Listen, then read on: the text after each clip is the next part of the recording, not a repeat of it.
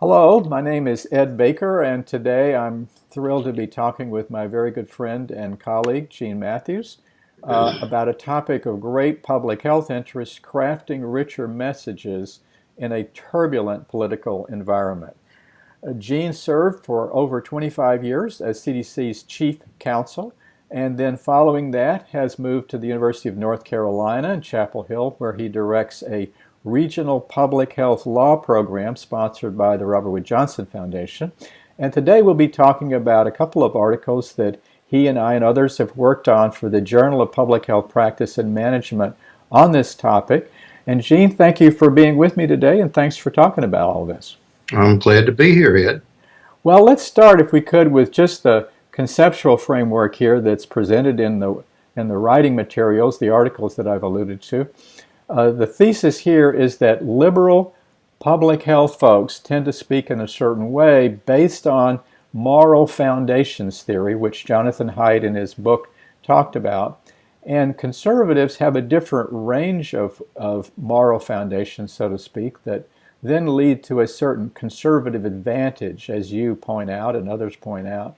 And as a result, you're advocating, as others are, that public health folks need to broaden their perspective here in terms of framing key messages to appeal then to that broader audience. Could you say a little bit more about the conservative mindset and particularly the conceptual foundation for what you're talking about, Gene?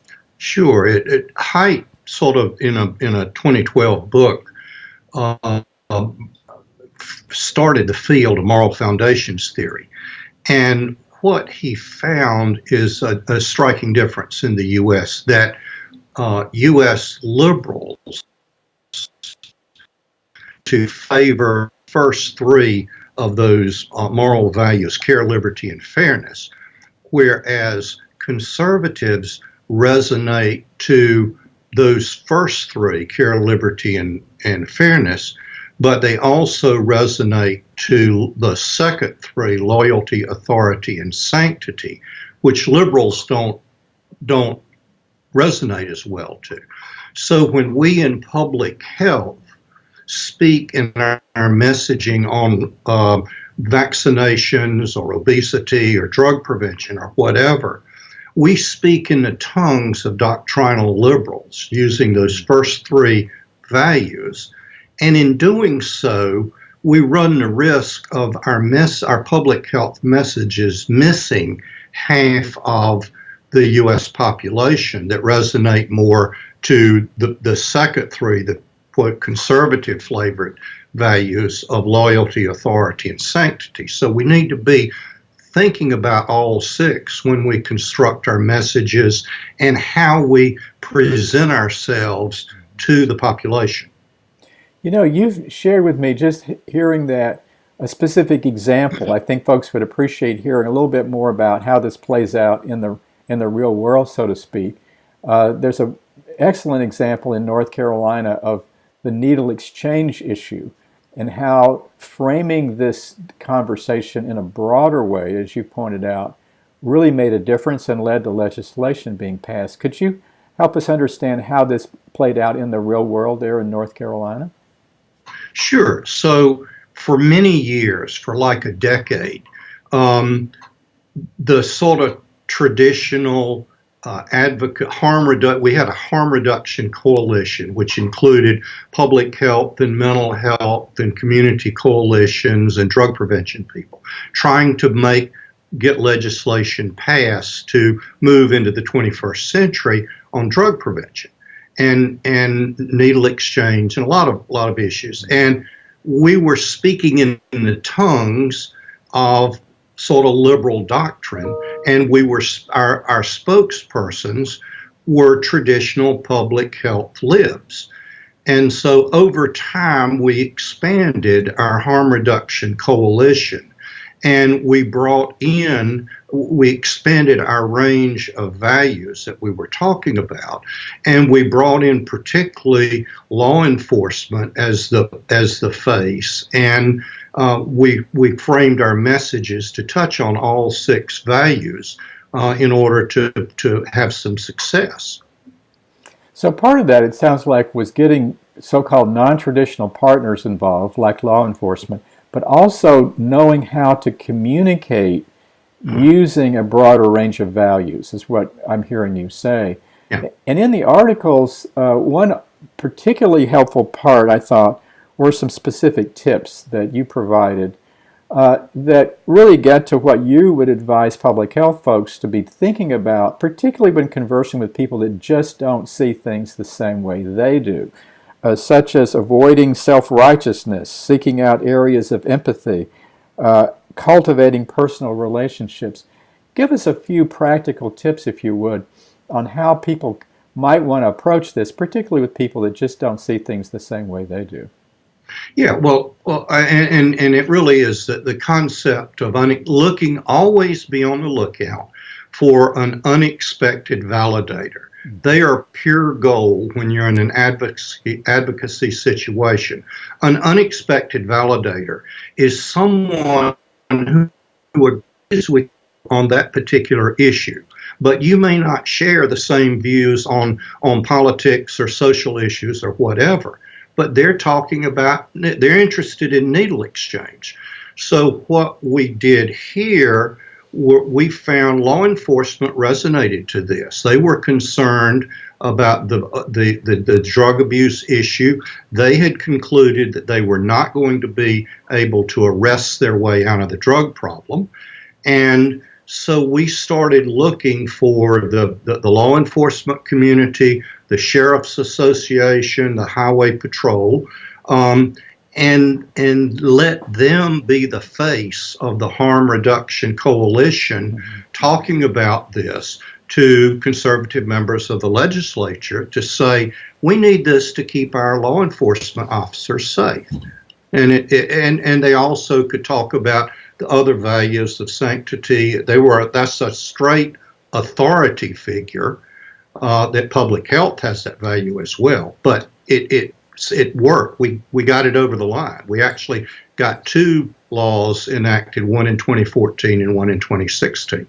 Wow.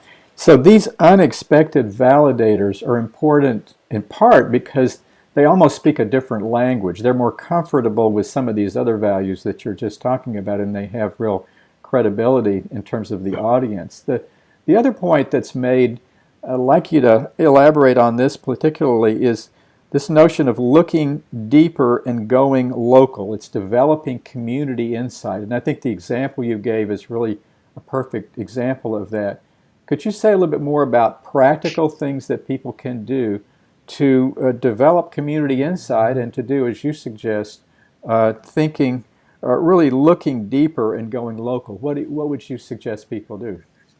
Yeah, I mean, what we're seeing now, particularly in this crazy, turbulent political environment, is I give the serenity prayer to what's happening in Washington, D.C., and at the national level, and at the highly toxically polarized environment. But we in public health we don't need to continue to spend our time in this froth up on the surface and look deeper at what's happening in our local communities. And that gets to the traditional overarching conservative value of protecting the institutions and values of a moral community. And so look at what's happening in the communities, many of which the jobs are drying up, the economy is not doing well, the educational system needs help, transportation, the children are moving away. And that is of great concern to conservatives interested in protecting the overarching community. And public health needs to engage on that. We live at the local level in community coalition building. This is part of our inherent values. And so we have the ability to minister, as Gary Gunnarsson would say, to those communities. And we need, in this time of all the craziness going on, we can focus on what's happening in Surrey County, North Carolina, or Montana, and do some good and build some goodwill. This is what we're supposed to do. You know, Gene, just to frame this up and maybe a final question about the future, we sit here today, a couple of weeks from the midterm elections of 2018. I'm planning to attend the second game of the World Series here in Boston with my son tonight. So we're focusing on a number of different issues around loyalty and team spirit and what we really are about. And so I'd like for you, if you could, just to kind of talk about what subtle signs you may be seeing about things starting to shift a bit, perhaps. And the final question really is, in what ways are you hopeful about the future, Gene? Sure. I mean, there was a study that just came out last week by a group called More in Common that points out how at this particular time, 67% of the U.S. population are in the exhausted majority. We have had it with this toxic, polarized discussion going on from the echo chambers on the far left and the far right. This cannot stand. This fever will break. And so it's very important for public health to engage in coalition building. And so what we are seeing is a window of opportunity opening. I believe the pendulum is starting to swing back towards a yearning for civil conversations and civil discourse. Public health cannot have community coalition building without civil discourse. And when it occurs, public health needs to be prepared to add value to that. So if you look on the internet, if you look carefully, you see these groups like Better Angels and Living Room Conversations and No Labels, and even StoryCorps has a subset now called One Small Step, with a liberal and a conservative talking about an issue together. And we in public health don't need to replicate that.